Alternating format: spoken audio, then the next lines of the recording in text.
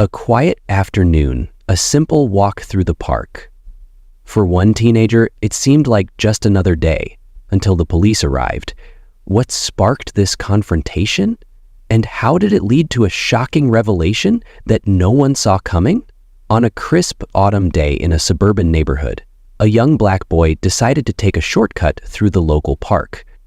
He wasn't bothering anyone, just enjoying his music and the fading golden light of the evening. But someone was watching him. Someone who decided he didn't belong. Moments later, a call to the police was made.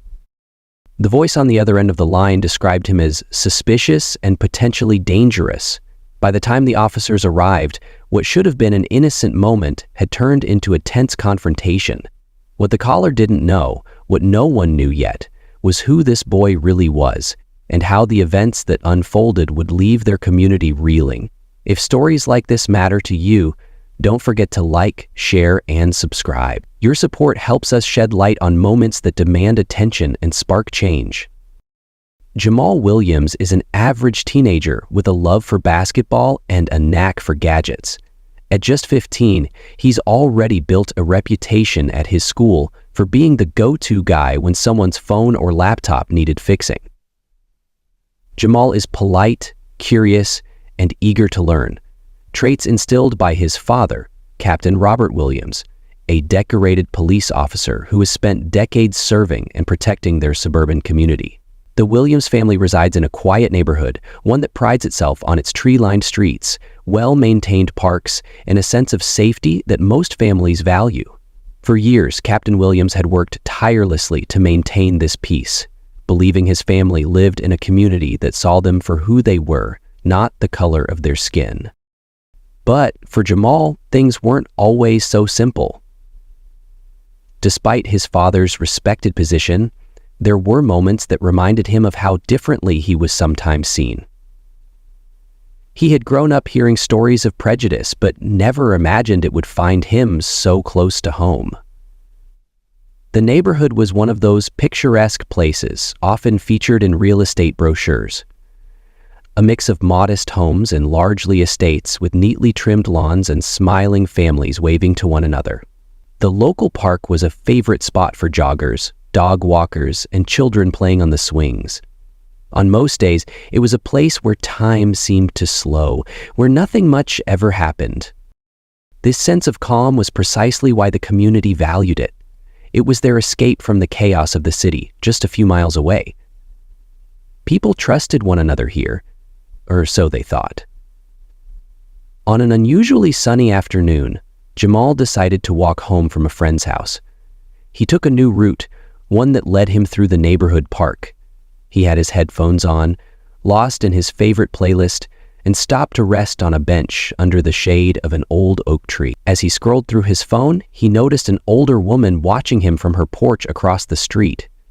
At first, he thought nothing of it. People often looked at him curiously, maybe because he was new to the area, or maybe because he was one of the few black kids in the neighborhood. But Karen Thompson wasn't just watching. To her, Jamal didn't belong there. She thought his presence was suspicious, his demeanor too relaxed for someone who must have had something to hide.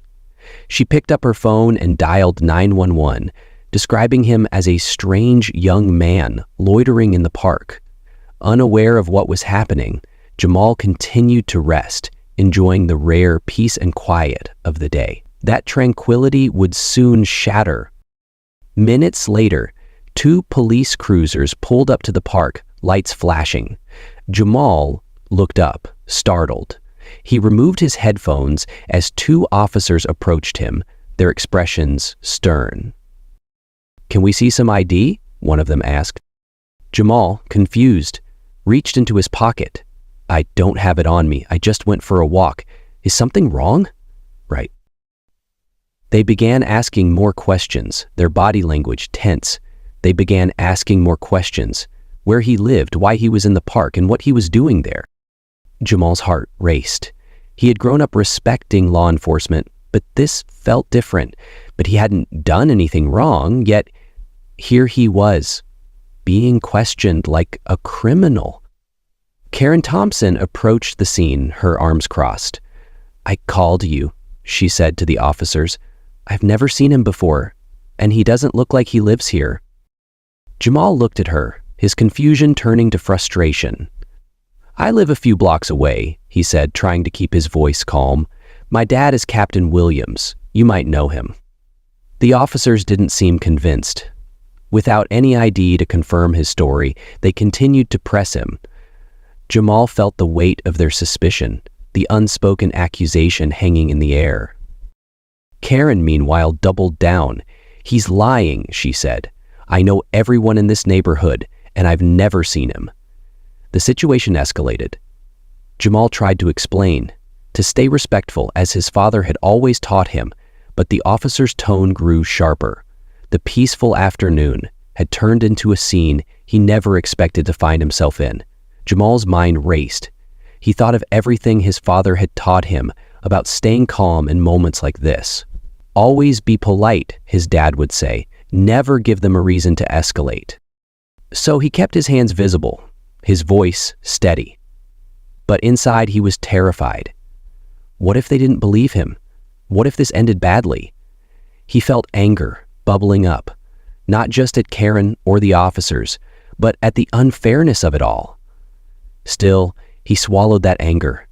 This wasn't the time for it. He focused on his father's voice in his head, repeating the same words. "Stay calm. You'll get through this." Just as the officers were about to detain Jamal, another car pulled up. A sleek, unmarked vehicle. Out stepped Captain Robert Williams, his badge glinting in the sunlight. He walked briskly toward the scene, his face a mix of concern and controlled anger. "What's going on here?" he demanded, his voice firm but calm. The officers froze. They recognized him immediately, their expressions shifting from authority to embarrassment. "That's my son," Captain Williams said, gesturing to Jamal. "Why is he being questioned?" Karen's face went pale. I didn't know," she stammered, realizing the gravity of her mistake. The scene grew silent as Captain Williams confronted the officers and Karen. He didn't yell or lose his composure, but his disappointment was evident. "This is exactly the kind of thing I've been working to prevent in this community," he said, looking each of them in the eye, judging someone based on their appearance instead of their actions. The incident didn't end there. It quickly became the talk of the neighborhood, then the entire town. News outlets picked up the story, sparking heated debates about racial profiling and the biases that still existed, even in communities that prided themselves on being inclusive. The days that followed the incident were filled with difficult conversations in the Williams household and throughout the community. Captain Robert Williams, a man known for his fairness and dedication, recognized an opportunity to turn the event into something greater than the pain it caused. Captain Williams organized a series of community meetings, inviting residents, law enforcement, and experts on racial bias to have honest discussions. The gatherings were held in the local town hall, a place meant to symbolize unity. People showed up hesitantly at first, unsure of how these meetings would unfold, but the room soon filled with voices ready to listen and learn. Karen Thompson attended the meetings, her guilt evident as she publicly apologized.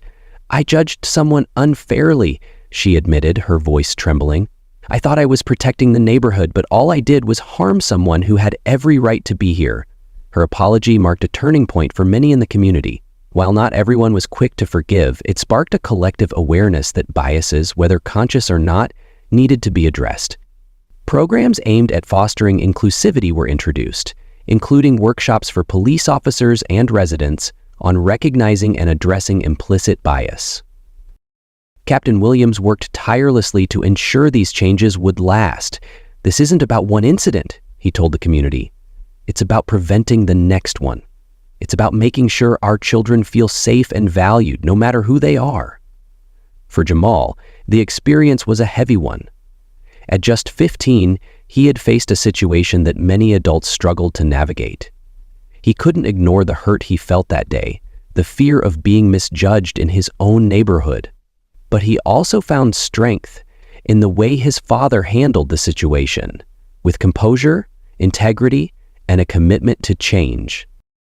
Sitting in the park one evening after everything had settled, Jamal reflected on what had happened. It's not fair, he thought, but it's real. And maybe if people see what happened to me, they'll think twice before judging someone else. Jamal's relationship with his community changed. He became more aware of the challenges he faced because of his race, but also felt empowered to stand up for himself and others. His father's actions showed him that even in the face of injustice, there's power in education, action, and unity. How many more innocent moments must be tainted by suspicion before we learn to see each other as equals? It's a question that lingers, one that demands an answer. And while change isn't easy, it begins with acknowledgement and action. One story, one moment can make a difference. Will we listen? If this story resonated with you, share it. Let it be a reminder of what we still need to confront and change.